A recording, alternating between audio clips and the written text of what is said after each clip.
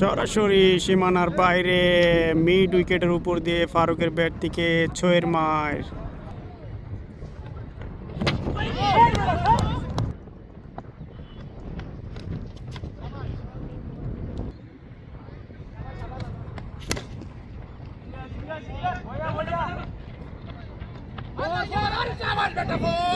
সাহাদের bat থেকে 4 মার।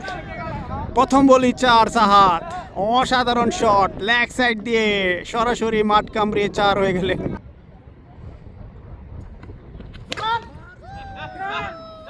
সরাসরি বাউন্ডারি হাঁকিয়েছেন, বল হাওয়ায় হাওয়ায় বাজতেছে, সরাসরি ফিল্ডারের হাতে ড্রপ খেয়ে